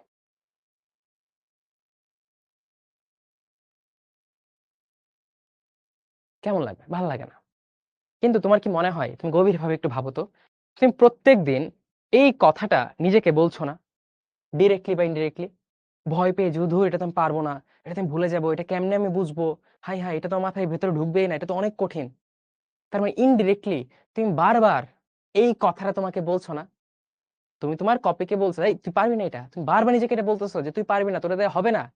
তাহলে তুমি কি তোমাকে বারবার অসম্মান করছো না? তোমাকে বারবার নিজেই ছোট করছো না? করছো কিনা? তাহলে এই যে নিজে যে নিজেকে বারবার ছোট করছো, অসম্মান করছো, এই জন্য কি রাগ হয় না, একটা জেদ চাপে না, যে কেন আমি ছোট করব নিজেকে? চেষ্টা করে দেখি, আমাকে তো এমনিতে পাঠানো নেই, কোনো একটা পারপাসে পাঠানো হয়েছে আমাকে, তো আমি কেন বারবার নিজেকে ছোট করব? হয় না? এখনো অনেকে আবোল তাবোল কমেন্ট করছে, সে আজীবন ছোটই থাকবা। ঠিক আছে? তো নিজেকে রেসপেক্ট করতে শিখো, অহংকার না, নিজেকে রেসপেক্ট করতে শিখো, মানুষকে রেসপেক্ট করতে শিখো। একটা মোমেন্টে মানুষ যা বলে তা শুনতে চেষ্টা করো, বোঝার চেষ্টা করো, তখন জীবন সুন্দর হবে। ঠিক আছে? আমি তোমাদের পড়াবো, অনেক অনেক আদরও করব, কিন্তু মাঝে মাঝে অনেক কঠোর কথাও বলবো, সেটা শুনতে হবে। ঠিক আছে? সবকিছু মিলিয়ে আমাকে আইডিয়ালাইজ করতে হবে, যদি আইডিয়ালাইজ করো। তাহলে আজকে থেকে প্লিজ আই রিকোয়েস্ট, নিজেকে আর এইভাবে ছোট করো না। ঠিক আছে? অনেক ছোট করছো, প্রতিদিন নিজেকে ছোট করছো, অবমাননা করছো, এটা আর করবে না। ওকে, ঠিক আছে? তাহলে দেখো, এই যে একটা ডিএনএ থেকে দুইটা ডিএনএ তৈরি করলা, এটাই হচ্ছে ডিএনএ রেপ্লিকেশন। এটা হচ্ছে কি ডিএনএ রেপ্লিকেশন। তাই এটা কি ডিএনএ রেপ্লিকেশন, ডিএনএ অনুলিপন প্রক্রিয়া। ঠিক আছে? এটা কে আবিষ্কার করেছেন জানো? এটা মেসেনসল এবং স্টাহল নামক একজন ভদ্রলোক আবিষ্কার করেছেন ডিএনএ প্রতিলিপন প্রক্রিয়া। এখন আমাকে একটু বলো তো ভাইয়ারা তোমরা, যেই যে একটা নতুন একটা ডিএনএ থেকে নতুন দুইটা ডিএনএ তৈরি হইলো, একটা ডিএনএ থেকে নতুন ডিএনএ তৈরি হইলো, এই ডিএনএ এর মধ্যে এটা হচ্ছে নতুন সুতা, এটা হচ্ছে নতুন সুতা, তাই না? এটা নতুন সুতা। আর এটা কি? এটা হচ্ছে পুরাতন সুতা। তার মানে তার যে আগের ডিএনএটা ছিল এটাকে সে অর্ধেকটা আগের মতো রাখছে, অর্ধেকটা চেঞ্জ করে ফেলছে। তার মানে কি বলতে পারি, এটা হচ্ছে অর্ধ সংরক্ষণশীল। অর্ধ সংরক্ষণশীল, ঠিক আছে? অর্ধেকটা আগের মতো, অর্ধেকটা নতুন, মানে অর্ধেকটা সংরক্ষণ করেছে, অর্ধেকটাকে চেঞ্জ করে ফেলেছে। এটা অর্ধ সংরক্ষণশীল। এই ডিএনএটার দিকে তাকাও, একটা হচ্ছে পুরাতন সূত্রক, আর একটা হচ্ছে নতুন সূত্র। তাহলে কি এইখানেও অর্ধেকটা সংরক্ষিত হয়েছে। তাহলে এই যে ডিএনএ অনুলিপন প্রক্রিয়া, এটাকে বলা যায় না অর্ধ সংরক্ষণশীল, অর্ধ সংরক্ষণশীল ডিএনএ অনুলিপন প্রক্রিয়া। এইভাবেই ডিএনএ অনুলিপন হয়। আর অর্ধ সংরক্ষণশীল পদ্ধতিতেই ম্যাক্সিমাম ডিএনএ অনুলিপন ঘটে। তোমরা কি বুঝতে পেরেছো? বুঝতে পারলে সবাই বইটা নাও, বইটা নিয়ে জাস্ট একবার ডিএনএ অনুলিপনে যে কথাটা বলা আছে এই কথাটা পড়ো, আর আমি স্লাইডে দেখাই তোমাদের। হ্যাঁ, এই যে এটা আমরা পড়ে ফেলছি, দেখো ক্রোমোজোমের লোকাস। লোকাস মানে কি জানো? লোকাস মানে লোকেশন। তাহলে আমরা কি এঁকেছিলাম খেয়াল করো, এই যে একটা ক্রোমোজোম এঁকেছিলাম, তাই না? এই যে একটা ক্রোমোজোম এঁকেছিলাম। ক্রোমোজোমের যে কোনো একটা অংশ, ধরো এই অংশটা একটা বৈশিষ্ট্য প্রকাশ করে, তার মানে এটা একটা জিন, এটা একটা জিন। তাহলে এই যে এই জায়গায় একটা লোকেশন আছে, এই যে একটা লোকেশন, এই লোকেশনে কি আছে? একটা জিন আছে। তাহলে আমরা কি বলতে পারি, ক্রোমোজোমের যে জায়গায় জিন থাকে এটাকে বলা হয় লোকাস। অর্থাৎ ক্রোমোজোমের লোকাসে থাকে এমন একটা জিনিস যেটা একটা বৈশিষ্ট্য নিয়ন্ত্রণ করে, সেই জিনিসটা হচ্ছে কি? একটা জিন। ঠিক আছে? প্রোটিন তৈরি, এটা আমরা বলছি, দেখো ডিএনএ থেকে আরএনএ তৈরি হচ্ছে কি? ট্রান্সক্রিপশন। আর এই যে একটা ডিএনএ থেকে কি দুইটা ডিএনএ তৈরি হয়, এটা কি? রেপ্লিকেশন। ডিএনএ থেকে ডিএনএ তৈরি, রেপ্লিকেশন। এই এমআরএনএ থেকে, এটা কি আরএনএ? এমআরএনএ। এই এমআরএনএ থেকে রাইবোজোম কি তৈরি করে? প্রোটিন তৈরি করে, এটা কি? ট্রান্সলেশন। আর এই প্রোটিনগুলা পরবর্তীতে কি তৈরি করে? বৈশিষ্ট্যের বহিঃপ্রকাশের তৈরি করে, বৈশিষ্ট্য তৈরি করে। ঠিক আছে? এই হচ্ছে জীবনের বৈশিষ্ট্য প্রকাশের ধারা, সেন্ট্রাল ডগমা। ঠিক আছে? সেন্ট্রাল ডগমা বা কেন্দ্রীয় প্রত্যয়। তোমরা তোমাদের সিনিয়র নিবিড় ভাইয়ের কথা তো শুনছো, তাই না? নিবিড় মোটামুটি বলা যায় সারা বাংলাদেশে হাইয়েস্ট মার্কস পেয়েছে, সে কিন্তু শিক্ষক স্টুডেন্ট ছিল। ওই ভাইয়া যদি শিক্ষতে পড়ে আমাদের ক্লাস করে এত উচ্চ পর্যায়ে যে চেষ্টা করতে পারে, যেতে পারে, তাহলে ওয়াই নট নেক্সট ইয়ার আমি তোমাদের মধ্য থেকে হয়তো কারো নাম নিয়ে বলবো, এই ছেলেটা যে আমার ক্লাস করতো সে আমাকে প্রাউড করেছে সারা বাংলাদেশে ফার্স্ট এসএসসি পরীক্ষায়। কেন বলতে পারবো না? তোমরা কি এই কথাটা বলার সুযোগ আমাকে দিতে চাও না? নিজেকে সে দেখতে চাও না? অবশ্যই চাও। ওকে,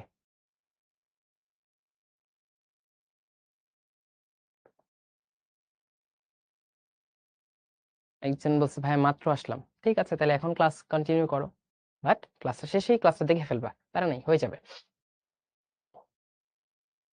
এই দেখো ক্রোমোজোমের যে অবস্থানে জিন থাকে তাকে বলা হয় লোকাস। আমরা আরো কিছু জিনিসপত্র পড়বো, আমরা পরে আসছি। আমরা এই ডিএনএ অনুলিপনটা দেখাই, ডিএনএ অনুলিপন দেখাই। এই দেখো একটি ডিএনএ থেকে একই রকম দুইটি ডিএনএ তৈরি হয়, এটা কি? ডিএনএ অনুলিপন বা ডিএনএ রেপ্লিকেশন। এটা প্রস্তাবনা করেছেন ওয়াটসন ও ক্রিক, বাট এটা দেখাইছেন কে? মেসেনসেল এবং স্টাহল। এই দেখো একটা ডিএনএ, একটা ডিএনএ থেকে কি দুইটা ডিএনএ হইলো। ঠিক আছে? আচ্ছা, এর সাথে মিলাও, একটা ডিএনএ থেকে দুইটা ডিএনএ হইলো। এখন দুইটা ডিএনএ তৈরি করার জন্য কি করা লাগছে? সুতাগুলাকে আলাদা করতে হয়েছে। তাহলে এই যে দুইটা সুতা একসাথে আছে, কিভাবে আছে? এ আর এর মধ্যে একটা হাইড্রোজেন বন্ধন আছে, তাই না? একটা বন্ধন আছে, বন্ধনের দ্বারা তারা একত্রে আছে। তাহলে এই দুইটা সুতাকে আলাদা করতে হয়। প্রথমে আলাদা করতে হলে কি করতে হবে? এই হাইড্রোজেন বন্ধনটাকে ভেঙে ফেলতে হবে, ডেস্ট্রয় করে দিতে হবে, তখন দুইটা সুতাকে আলাদা করে ফেলা যায়। এই ভেঙে দেওয়ার কাজ করে একটা এনজাইম যার নাম হেলিকেজ এনজাইম। হেলিকেজ, সে সবকিছু হিলায় দেয়, হ্যাঁ, উড়ায় দেয়, সবকিছু নষ্ট করে দেয়। হেলিকেজ, হেলিকেজ এনজাইম দিয়ে এই বন্ধনগুলোকে আলাদা করতে হয় বা হাইড্রোজেন বন্ধনকে ভাঙতে হয়। তারপরে নতুন সুতা তৈরি করতে হয়, নতুন সুতাগুলাকে এই সুতার সাথে অ্যাটাচ করে দিতে হবে। এই লাগানোর কাজটা করে natural glue of your cell, ligase enzyme. Ligase enzyme এই যে হেলিকেজ ভাঙে, লাইগেজ যুক্ত করে। এই দেখো এখানে সেম কথাগুলো বলা আছে, তোমার না বোঝার কোনো কারণ আমি দেখছি না। দেখ হাইড্রোজেন বন্ধন ভাঙে, আলাদা হয়, পরে তারা তৈরি করে কি? নতুন দুইটা ডিএনএ, যেটা হচ্ছে অর্ধ সংরক্ষণশীল পদ্ধতি। আমরা অলরেডি পড়ে ফেলেছি। ঠিক আছে? দেখো, ধাপে দেখো। ডাবল হেলিক্স বা দ্বিসূত্রক ডিএনএ। স্ট্র্যান্ড মানে সুতা। সুতাগুলো কি একক স্ট্র্যান্ডে পৃথকীকরণ হয়। এই যে একসাথে ছিল, একসাথে থেকে তারা আলাদা হয়ে গেছে। ঠিক আছে? তারপর সম্পূরক বা কমপ্লিমেন্টারি। এটার সাথে এখানে এ থাকলে এখানে অপোজিট বা সম্পূরক আরেকটা সুতা তৈরি হয়েছে, এখানে আরেকটা সুতা তৈরি হয়েছে। এভাবে তৈরি করেছে দুইটা ডিএনএ। তারপর দেখো তারা ডিএনএ ঠিক মতো তৈরি করতে পেরেছে কিনা, এটাকে একটা সার্ভিলেন্স লাগবে। এই জন্য পরে হয় ডিএনএ প্রুফ রিডিং ও মেরামত। যদি উল্টাপাল্টা অ্যাটাচ হয়ে যায়, উল্টাপাল্টা মিসম্যাচ হয়ে যায়, তখন তারা সেটাকে মেরামত করে ফেলে। কারণ তোমার ডিএনএ একবার উল্টাপাল্টা হয়ে গেলে তুমি মানুষ থেকে হয়ে যেতে পারো অন্য কোনো জীব। তোমার কোষ নষ্ট হয়ে যেতে পারে, কোষ থেকে টিউমার হতে পারে। সো এত একটা গুরুত্বপূর্ণ প্রক্রিয়াকে প্রুফরিড, বই প্রুফরিড করে না, কোথাও ভুল আছে কিনা এই ভুল খুঁজে বের করা হয়। যদি ভুল খুঁজে পাওয়া যায় সেটাকে ইমিডিয়েটলি রিপেয়ার বা মেরামত করে ফেলা হয়। এইভাবে তোমার ডিএনএ প্রতিলিপন হয়। ঠিক আছে?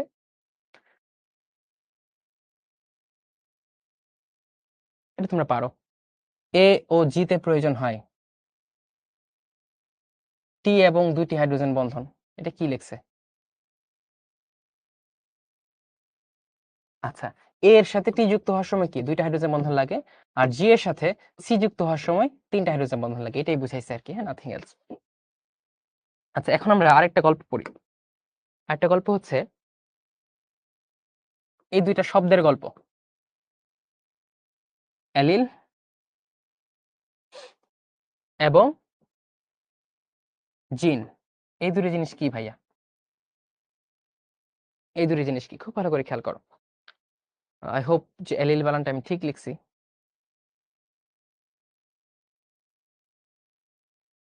হ্যাঁ, ধরো এটা একটা ক্রোমোজোম, ঠিক আছে? এটা আরেকটা ক্রোমোজোম। এই ক্রোমোজোমটা আসছে একটা লম্বা মটরশুঁটি গাছ থেকে। ধরো মটরশুঁটি গাছ,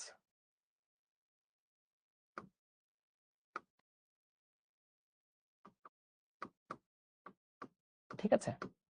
আর এই ক্রোমোজোমটা হচ্ছে একটা খাটো মটরশুঁটি গাছের।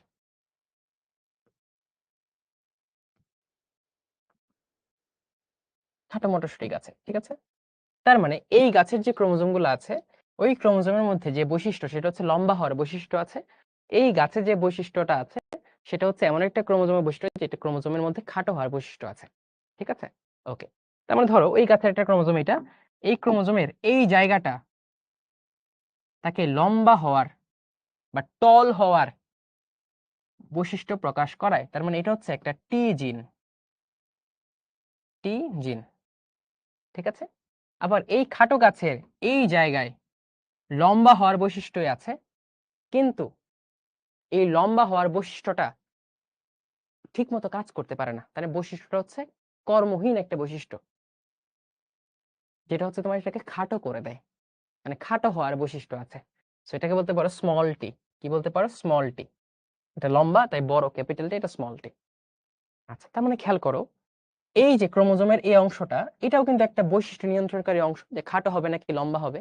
এটা সেম জিনিসটার এই ক্রোমোজোমের এই জিনটা হচ্ছে লম্বা হওয়ার একটা জিন, কিন্তু দুইটা জিনের কাজ করার ধরন আলাদা। এইটা নিজের কাজটা নিজে আদায় আদায় করতে পারে, ক্রোমোজোমের এই জায়গায় থাকা জিনটা নিজের কাজটা নিজে আদায় করতে পারে না।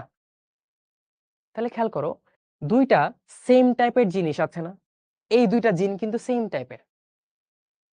এইটা হচ্ছে একটা প্রকট রূপ, যেটা কাজ করতে পারে, যেটা বুঝতে পারে। এটা বুঝতে পারে না।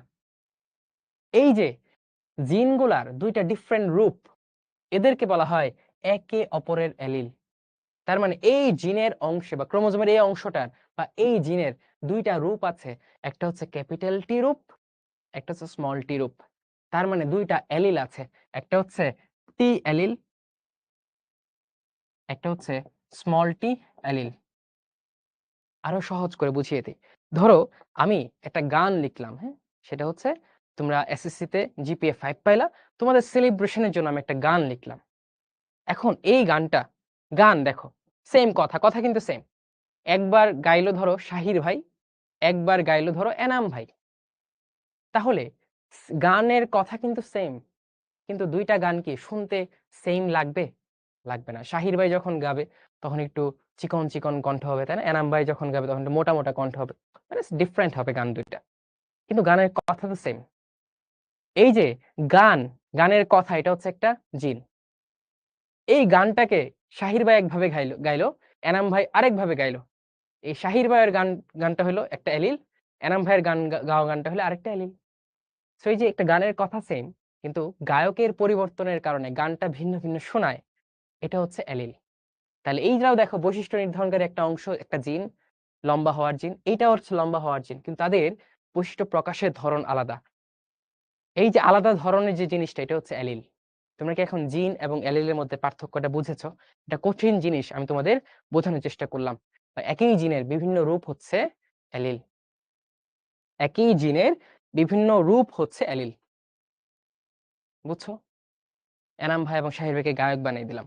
তোমরা তো অনেক দুষ্টুমি করো, এইসব জিনিস কেটে কেটে পরে শিখবো, যে দিয়ে দাও যে ভাই আপনাকে এলএল জিন আমরা বুঝে ফেললাম, ঠিক আছে, এলএল জিন বুঝে ফেললাম।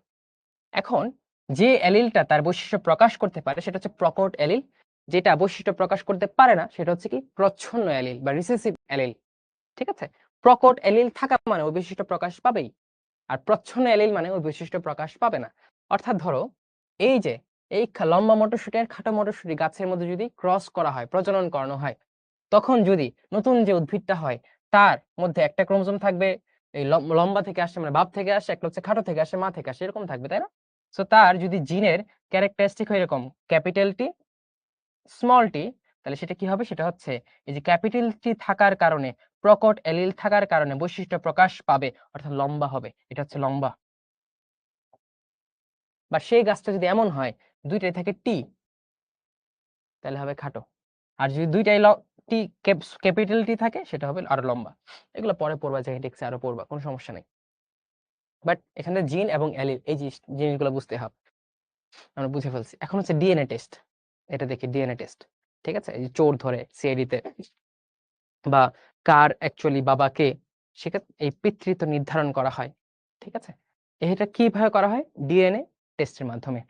বা একটা ফিঙ্গারপ্রিন্ট দেখে যেমন বুঝতে পারি যে এটা হচ্ছে ধরো মুরসালিন, এটা হচ্ছে সাইফ, এটা হচ্ছে সাবিকুন নাহার, ঠিক একইভাবে ডিএনএ অ্যানালাইসিস করে ডিএনএ সিকোয়েন্স বের করে বোঝা যায় যে এটা এই মানুষ, ওইটা ওই মানুষ।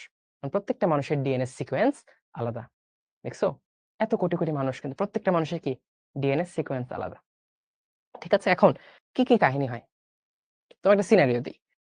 ধরো তুমি স্কুলে গেলা, স্কুলে তুমি কাচ্চি বিরিয়ানি নিয়ে গেলা টিফিন, তোমার টিফিন ক্যারিয়ার হচ্ছে একদম লোহার তৈরি একটা টিফিন ক্যারিয়ার।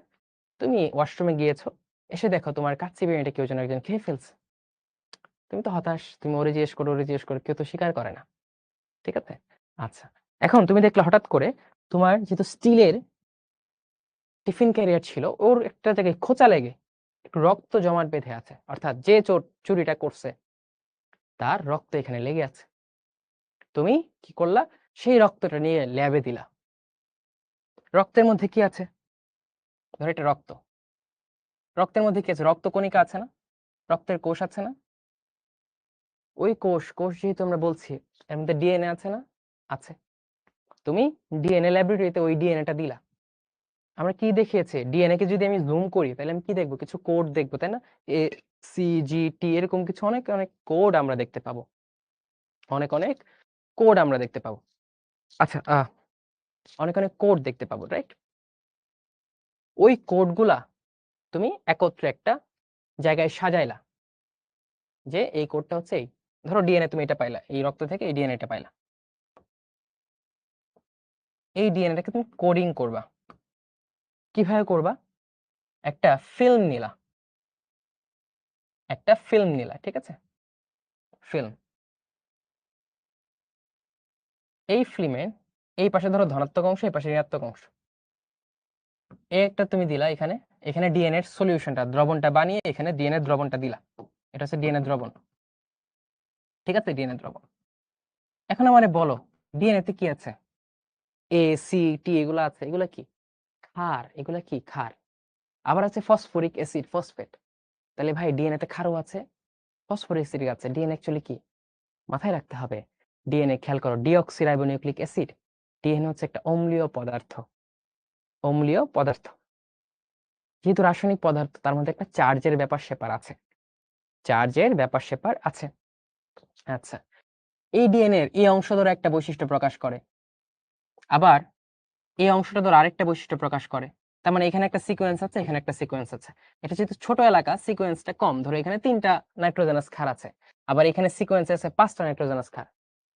তাহলে কি লম্বা খাটোর কারণে তাদের ভরের একটা পার্থক্য হবে।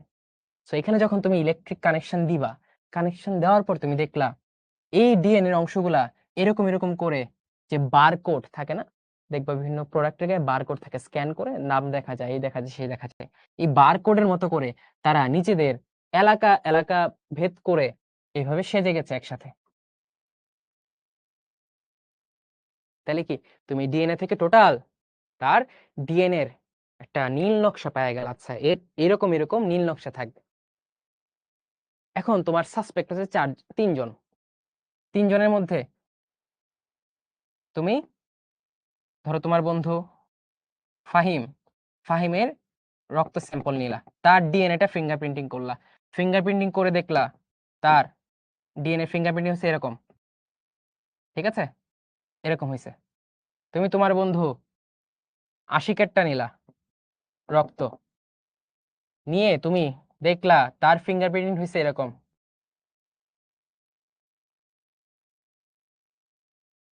ঠিক আছে, এরকম। তুমি তোমার বন্ধু জনিরটা নিলা, জনি জনি ইয়াস পাপা, হ্যাঁ, নিয়ে দেখলা তার ফিঙ্গারপ্রিন্টিং হয়েছে এরকম। তারপর তুমি যে স্যাম্পলটা পাইছো ওইটার ফিঙ্গারপ্রিন্টিং করে পাইছিলে, এটার সাথে মিলাইলা। এখন আমাকে বলো, এই যে ফা- কি বলে এটা, কি দিছিলাম নাম, আচ্ছা ধরো আশিক দিছিলাম, আশিক, এই যে ফাহিম এফ, আর এই যে জনি, এই 3 জনের ডিএনএ ফিঙ্গারপ্রিন্টিং করে তুমি কারটার সাথে মিল পাবো বলো তো? এটার সাথে কার মিল আছে? ছোট, এই ছোট, বড় বড়। তার মানে তুমি দেখলা আচ্ছা এই যে রক্তটা পাইছি এটার সাথে ফাহিমের ডিএনএ ফিঙ্গারপ্রিন্টিং মিলে যাচ্ছে, তার মানে চোর হচ্ছে ফাহিম।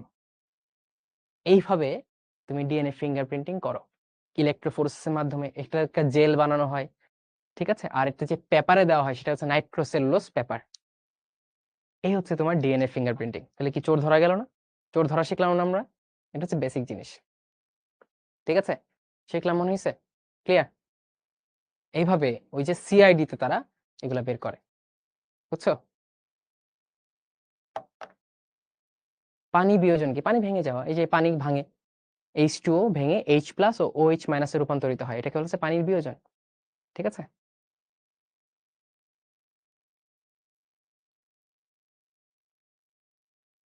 ওকে, গ্রেট। তার মানে ডিএনএ ফিঙ্গারপ্রিন্টিং হচ্ছে ডিএনএ এর যে সিকোয়েন্সটা আছে সেই সিকোয়েন্সটা বের করা। কেন করা হয় ভাইয়া?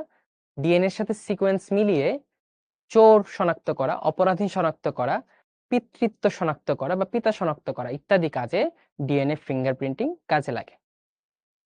এখানে হচ্ছে আমার বন্ধু ফাহিম চোর না, এটা রূপক করতে বলছে, কারো বন্ধুই চোর না, সবার বন্ধুই ভালো।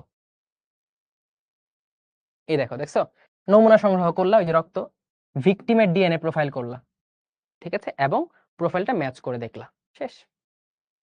দেখো সবকিছু, এই যে রেস্ট্রিকশন এনজাইম কি করে জানো? ডিএনএ কে টুকরা করে, ছোট ছোট অংশে কাটে, ছোট ছোট অংশে। ইলেকট্রোফোরেসিস, এই যে ইলেকট্রোফোরেসিস দিলাম, পজিটিভ নেগেটিভ ইলেকট্রন দিলাম, মানে চার্জ দিলাম, এই চার্জের কারণে কি হলো, ওরা আলাদা আলাদা অংশে ভাগ হয়ে গেল, এটাকে বলা হয় ইলেকট্রোফোরেসিস, ঠিক আছে, চার্জ দিয়ে কোনো জিনিসকে আলাদা আলাদা ভাগে ভাগ করা।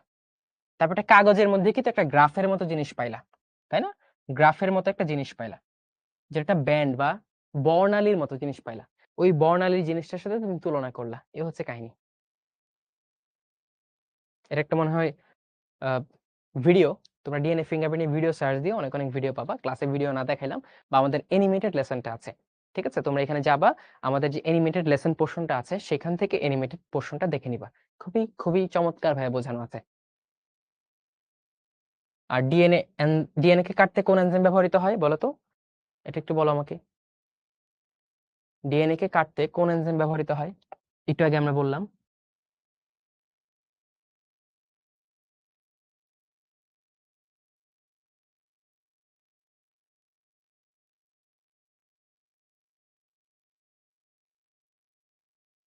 ভাই কে বলছে? ভাই পেপসিনোজেন হচ্ছে একটা প্রোটিন পরিপাককারী নিষ্ক্রিয় এনজাইম পেপসিনোজেন। এই যে রেস্ট্রিকশন এনজাইম, ডিএনএ কে কাটতে রেস্ট্রিকশন এনজাইম ব্যবহৃত হয়, যেটাকে বলা হয় কি জানো? আণবিক কাঁচি বা জৈবিক কাঁচি। পোল দিব লাস্টে। ওকে, এখন চলে আসি মানুষের লিঙ্গ নির্ধারণ। এটা খুবই সিম্পল অ্যাকচুয়ালি। মানুষের টোটাল 46টা ক্রোমোজোম থাকে, এর মধ্যে নারী এবং পুরুষের মধ্যে 44টা বা 22 জোড়া ক্রোমোজোম সেম ধরনের হয়, 2টা ক্রোমোজোম ডিফারেন্স হয়। ঠিক আছে, এই 2টা ক্রোমোজোম হচ্ছে এক্স ওয়াই। নারীর ক্ষেত্রে থাকে এক্স এক্স, পুরুষের ক্ষেত্রে থাকে এক্স ওয়াই। এখন কিভাবে লিঙ্গ নির্ধারণ করি? ধরো আলটিমেটলি একটা নারী এক্স এক্স এর সাথে এক্স ওয়াই, একটা পুরুষের ক্রস করা হলো। তাহলে এই যে 2টা ক্রোমোজোম, এখান থেকে 2টা গ্যামেট বা 2টা যৌন কোষের তৈরি হবে। এই যে এক্স একটা যৌন কোষ, এখান থেকে এক্স মানে নারী থেকে যৌন কোষ একটা আসতে পারে, এদের প্যাটার্ন একটাই এক্স। কিন্তু পুরুষ থেকে আসতে পারে এক্স, আসতে পারে ওয়াই। এখন যখন বাচ্চা হয় বা বাচ্চা যখন ফিটাস তৈরি হয়, শুক্রাণু ডিম্বাণু মিলে জাইগোট তৈরি হয়, তখন ধরো এই যে মায়ের দুধ থেকে বা মেয়েদের থেকে আলটিমেটলি কি এক্সই আসতে পারে, যেটাই আসুক না কেন। এই এক্স ধরো এই পুরুষ থেকে আসা এক্স এর সাথে যদি মিলে, তাহলে এক্স এক্স এক্সিস মানে কি মেয়ে, তখন বাচ্চাটা হবে মেয়ে। সেম জিনিস এটার জন্য। কিন্তু পুরুষের যেহেতু ওয়াই ক্রোমোজোমটা আছে, যদি নারীর এক্স ক্রোমোজোমের সাথে পুরুষের ওয়াই ক্রোমোজোম মিলে, তখন কি হবে এক্স ওয়াই। আর এক্স ওয়াই মানে কি ছেলে, এক্স ওয়াই মানে কি ছেলে। তাই এই যে দেখো রহিম মিয়া বা জাফর মিয়া, এই মিয়া সেই মিয়া, তারা যে বাংলা সিনেমায় দেখায় যে ছেলে হচ্ছে না, এই জন্য পর পর বিয়ে করতে থাকে করতে থাকে করতে থাকে, এটা কি ঠিক? ঠিক না। কারণ অ্যাকচুয়ালি মহিলাদের 2টা ক্রোমোজোমই সেম, 2টা সেই ক্রোমোজোম হচ্ছে এক্স ক্রোমোজোম। ঝামেলা হচ্ছে পুরুষের কোন ক্রোমোজোমটা আসবে, এক্স নাকি ওয়াই, সেটার উপর ডিপেন্ড করে। তাই বউ চেঞ্জ করে লাভ নাই, হ্যাঁ। সো ক্রোমোজোম কোনটা আসবে ওইটার উপর ডিপেন্ড করবে তার ছেলে হবে নাকি মেয়ে হবে। যদি এক্স এক্স ক্রোমোজোম হয় ছেলে, এক্স ওয়াই হলেও সেটা হচ্ছে, সরি এক্স এক্স হলে হচ্ছে মেয়ে, এক্স ওয়াই হচ্ছে ছেলে, তাই না? তো এই যে একটা কুসংস্কার, সেটা তুমি আজকে জানতে পারলা যে একটু সায়েন্স তো এটা বলে না, এটা তো ভুল কথা। ঠিক আছে, আচ্ছা। এখন ওয়াই ক্রোমোজোমের একটু কাহিনী আছে। কি কাহিনী জানো? ওয়াই ক্রোমোজোম হচ্ছে অনেক ছোট একটা ক্রোমোজোম। ক্রোমোজোম কি দিয়ে তৈরি? এই যে অসংখ্য ডিএনএ, ডিএনএর মধ্যে কি থাকে? নিউক্লিওটাইড। এই ওয়াই ক্রোমোজোম হচ্ছে অসংখ্য ছোট একটা ক্রোমোজোম, যার মধ্যে নিউক্লিওটাইডের সংখ্যা থাকে অনেক অনেক কম। এবং বিজ্ঞানীরা দেখতেছে যে ওয়াই ক্রোমোজোমের নিউক্লিওটাইডের সংখ্যা, সাইজ, এগুলা দিন দিন বছরকে বছর কমতেছে। এবং তারা ধারণা করছে এক সময় পৃথিবী থেকে ওয়াই ক্রোমোজোম হয়তো বিলুপ্ত হয়ে যেতে পারে। ঠিক আছে, এখন তুমি দেখবা অনেক অনেক জায়গায় অনেক অনেক দেশে বিজ্ঞপ্তি দেয় যে সেই দেশের মহিলারা বিয়ে করার জন্য ছেলে খুঁজে পাচ্ছে না, বিকজ অফ দিস ওয়াই ক্রোমোজোমের বৈশিষ্ট্য আস্তে আস্তে কমে যাচ্ছে। ঠিক আছে, আমি ক্লাসে পড়াচ্ছিলাম, সো এটা বলার পরে একজন বলল হয়তো স্যার এই জন্যই আল্লাহ তাআলা 4 বিয়েকে জায়েজ করেছেন, যে ছেলের সংখ্যা কমে যাচ্ছে, তো মেয়ে তো বেশি হয়ে যাবে, এই জন্য 4টা বিয়ে। তোমরা আবার এই লজিক দিয়ে এখন থেকে 4টা বিয়ে করার স্বপ্নে বিভোর হইও না। ঠিক আছে, এনিওয়েজ আমরা সায়েন্সে ফিরে আসি আবার, যে আলটিমেটলি ওয়াই ক্রোমোজোম গুলা আস্তে আস্তে ছোট হওয়ার কারণে বা ওদের নিউক্লিয়েটের সংখ্যা এমনিতেই কম থাকার কারণে বা নানান কারণে এদের বৈশিষ্ট্য প্রকাশের ক্ষমতা আরো আরো কমছে।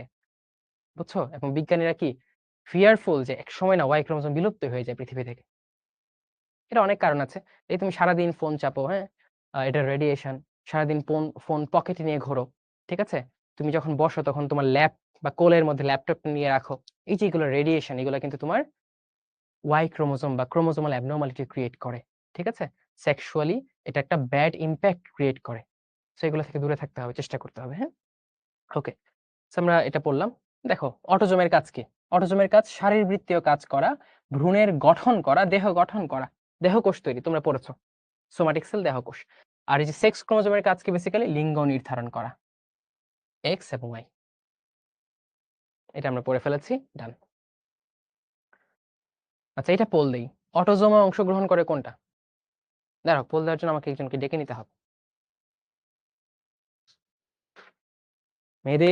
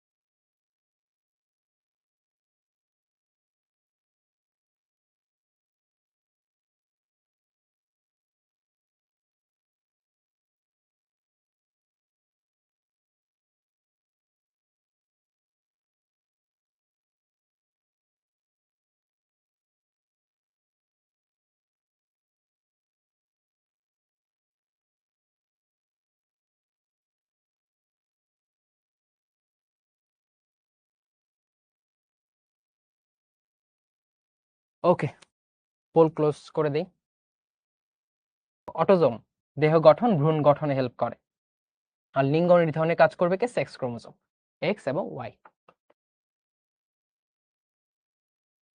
এখন এটা বলো, সন্তান ছেলে বা মেয়ে হওয়ার জন্য কে দায়ী? জাফর সাহেব নাকি জাফর সাহেবের বউ? অ্যাকচুয়ালি এটা নির্ধারণ করে আল্লাহ তাআলা, বাট কার থ্রুতে নির্ধারণ করে? জাফর সাহেব নাকি জাফর সাহেবের বউ? অর্থাৎ পিতা নাকি মাতা নাকি পিতামাতা উভয়ই? এটাও পোল দিচ্ছি, এটা তোমরা দাগাও।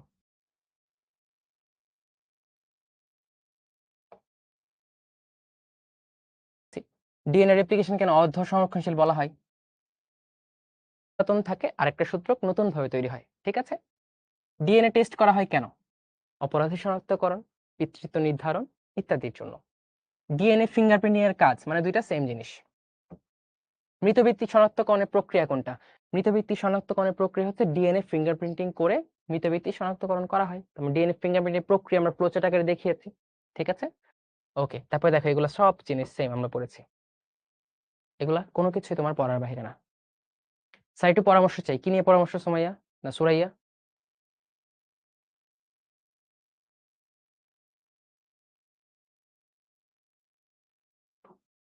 ওয়াই ক্রোমোজোম বলতে কিছু নাই, বুঝছো? এই যে হিজড়ার যে বিষয়টা অনেক কমপ্লেক্স জিনিস। সময় হলে কোনোদিন তোমাদের ক্লাসে বলতে পারি।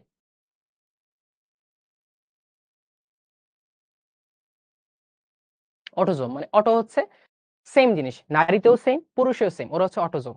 দেখো তোমার হাত আর মেয়েদের হাত সেম জিনিস, এটা কিন্তু পুরুষের হাত বা হাতের মধ্যে পুরুষ হাত নারী হাত এরকম কিছু না, মানে হাতের স্ট্রাকচার মোটামুটি সেম। ঠিক আছে। Okay, so that was the class. আজকে আমরা ক্লাসে অনেক কিছু পড়লাম, একটু রিক্যাপ করি। আমরা ফ্যাক্টর, জিন, অ্যালিল কি এগুলো সম্পর্কে আইডিয়া পেলাম। আমরা গল্পে আকারে ডিএনএ অনুলিপন পড়ে ফেললাম। আমরা জিন এবং অ্যালিল বুঝাইতে কি এনাম ভাই এবং শাহির ভাইকে গায়ক বানিয়ে ফেললাম। ঠিক আছে। আমরা এই যে দেখলাম যে ওয়াই ক্রোমোজোম কেন থ্রেটের মধ্যে আছে, কেন পুরুষের সংখ্যা কমছে নারীর সংখ্যা বাড়ছে, এবং ফাইনালি বা কেন আল্লাহ তাআলা 4 জনকে বিবাহ করার কথা বলেছেন বা এটা জায়েজ করেছেন, তাই না? এই যে সায়েন্স এখন খুঁজে পাচ্ছে। এটা আমি ক্লাস নেওয়ার সময় স্টুডেন্ট আমারে বলছিল। বাহ! ওদের চিন্তা ভাবনা দেখো। মানে অ্যাকচুয়ালি যার যেদিকে ইচ্ছা থাকে সেদিকে চিন্তা ভাবনা। এনিওয়েজ, সো আমরা ডিএনএ সংরক অনুলিপন পদ্ধতি পড়াশোনা করলাম এবং আগের ক্লাসে কি পড়েছিলাম সেটাও দেখলাম। সো এটাই ক্লাস ছিল। আচ্ছা, এটা কি এতগুলা স্কাল ইমোজি দিছে, কে দেখো তো মেহেদী? এটা কে? আব্দুল্লাহ আল? ওর ওর তুমি মানে ওর আব্বু-আম্মুর নাম্বার কালেক্ট করো, হ্যাঁ? কালেক্ট করে ওই যে আমার সিএক্স আছে না? ওরা কল-টল দেয় না? তাইলে ওর আব্বু-আম্মুকে যাতে একটু নোটিফাই করে যে ও যে একটু দুষ্টুমি করে ক্লাসে। ঠিক আছে? এই যে আব্দুল্লাহ নামটা কত সুন্দর, কত কত মহান একটা নাম। তুমি যেগুলা করো এগুলো কি ঠিক? কখনোই ঠিক না মাই ডিয়ার স্টুডেন্টস, কখনোই ঠিক না। এগুলো করবে না। এগুলা ভুল। তোমার আব্বু-আম্মু দেখলে কত কষ্ট হবে বলো তো? যে তাদের এত আদরের ছেলে এত সুন্দর করে আদর ভালোবেসে নামটা রেখেছেন। ছবি তুললো তুমি? এই যে দেখো আব্দুল্লাহ। এগুলো করবা না। তারা অনেক কষ্ট পাবে। তুমি কি চাও তুমি আব্বু-আম্মুকে কষ্ট দিতে? কখনোই চাও না। আমরা যখন নিজেকে ছোট করতে চাই না, তার থেকে বেশি অনেক, অনেক তীব্রভাবে চাই আমাদের আব্বু-আম্মু যাতে কারো কাছে ছোট না হয় আমাদের কারণে। তাই না? সো তুমি এগুলো করবে না। আচ্ছা। Anyways, so that is the class. এগুলো তোমরা সব পারবা। কোনো প্যারাই নাই, প্যারাই নাই। চিল। ফেয়ারলিস্ট লাগায় যাও। টেস্ট পরীক্ষা, পেস পরীক্ষা সব ভালো হবে। এসএসসি পরীক্ষা ভালো হবে। আর শর্ত একটাই, নির্ভয়ে এগিয়ে যেতে হবে। So thank you. দেখা হবে নেক্সট ক্লাসে। সুস্থ থাকো। ফিয়ারলেস মেথড পড়তে থাকো। আসসালামু আলাইকুম।